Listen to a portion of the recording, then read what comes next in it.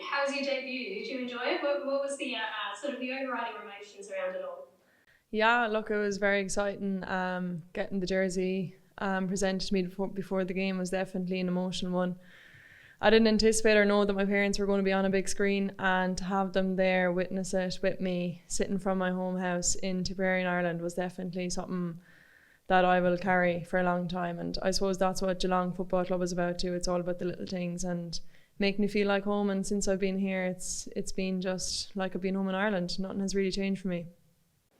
I'm sure you got on the phone post-match to your parents. What did they make of the game? Yeah, so we've been watching it quite a bit back home. I've been kind of cluing into a few of the Irish girls. Some of my best friends are playing out here. So yeah, I think when I was watching it, I didn't understand the rules as much. So, I was saying to Dad on the phone the other night in particular, when he comes over and I show him maybe the small bit that I know, it might help him understand the game a bit better and probably just get more enjoyment out of it, watching it as well. Thanks. And kicking your first goal in your first game, how was that moment for you?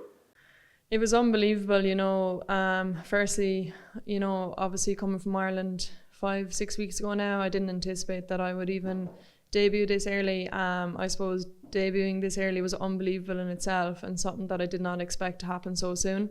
And then, of course, being a forward, we are there for a reason to try score, and to get the goal on the first debut was definitely something really special.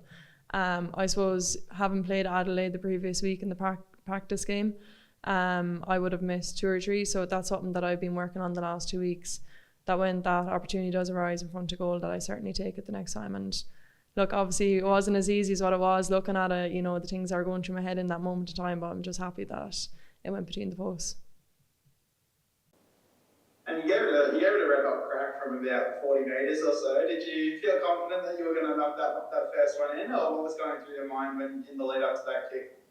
I had a routine set out, with our forwards coach Brucey, was kind of working with me the last 2 weeks. But yeah, I suppose, look, I would be like our free taker back home and kicking in a hook kick, not so much a punt kick is what we'd call it here.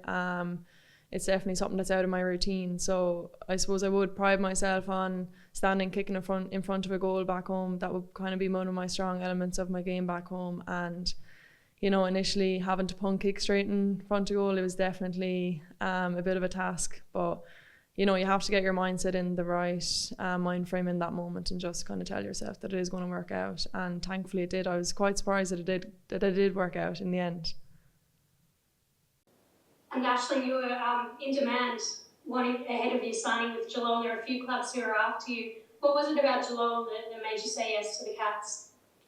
Well, initially, like all clubs over here, absolutely amazing and what they've been doing. And I suppose I've been following the season when I first got approached. I think this competition was 2 years old at the time, so I have been cluing into what's going on over here. And I suppose the strides that you've made as an organisation has been absolutely outstanding. And Meg and Dan called over during, it was January, Christmas time, December, January. And, the minute I first met them, and obviously, I hear what the Irish guys have to say about this club. And since I've been here, it really says what it is on the tin. And yeah, I suppose Mum and Dad were involved in that decision process as well. They met Dan and Meg, and it was just a no-brainer really when they came over. They kind of sold it to us.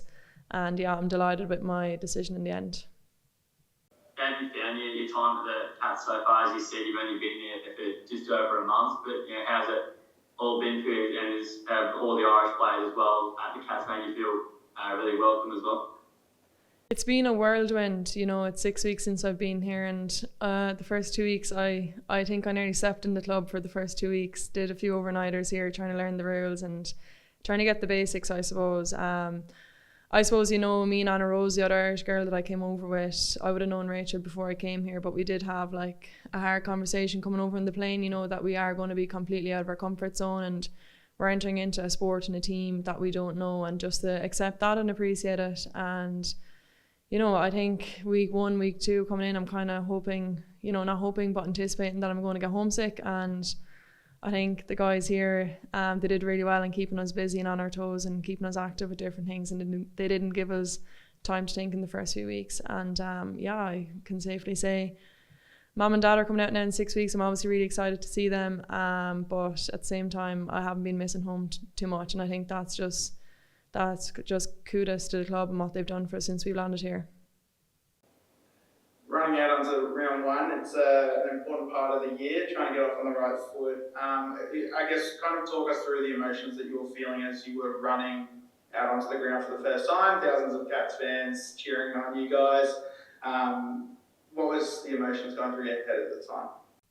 Back home in Ireland, probably the biggest crowd we play against if we get to All-Ireland final would be maybe 60,000, but that's kind of a one-off day in a year. Other than that, you're playing in front of 200-300 people. So, you know, let alone playing in a stadium, being able to walk out in a stadium and to hear the fans roar, and it's definitely something that I spoke about after the game was in the dying moments. Although we were quite ahead in the game, you know, the fans were still getting behind, and I know there's a big push on the club here to try to get our fans out and supporting us, and it's really important because it does when you're in moments in the game where it might be slipping away from you, when the fans get behind you, like it is a good push on. But yeah, it was a whirlwind. I suppose the presentation with Mum and Dad there had me a bit emotional for the first 15 minutes into the game. I was trying to calm myself down and refocus again, and you're just kind of trying to figure out, is this actually real that I'm here? And it's such pinch me moments that, you know, this is something we dream of back home as ladies footballers, and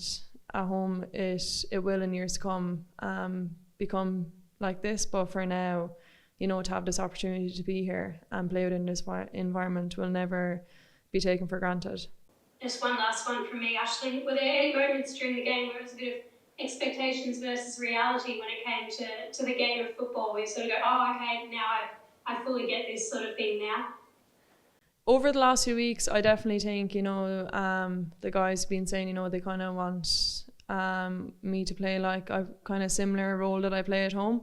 And for long since I've came here, I kind of find that hard to believe. But I suppose as the games go along and the more training we do, I do begin to see my role is very similar here to what it would be like at home. Obviously, you know, with the set plays and the way you set up and stuff like that. But yeah, it definitely is a similar enough one. Also, you know, I'm continuously learning. I'm just after coming there with a few of the coaching team and just having to discuss different things that maybe I mightn't be aware of. But I think, you know, you're never going to know everything about this sport, so you just have to continue to learn. Last one from me. You mentioned before how the Irish girls helped you, but how crucial was Anna Rose being obviously your teammate back home, and how's it been going through, you know, this first season with her as well? It's been great, I suppose, having Anna Rose with me. You know, two of us started off on the same page, and we're still on the same page, you know, in terms of where our ability and our skill is at. I suppose Anna Rose, I know her since I was younger, with a good few years now, and she's a very mature person with a very mature head on her shoulders. And you know, it's important as, you know, sports people and coming from the other side of the world that we can have open and honest conversations with each other. I think that's important, and it definitely helps. But not only with Anna Rose, you know, Rachel Kearns has been so good to the two of us as well. I'd known Rachel with a good few years, and I suppose even things that we do outside the club here that Rachel can be there to assist us with, things that we don't know about or even extra skills.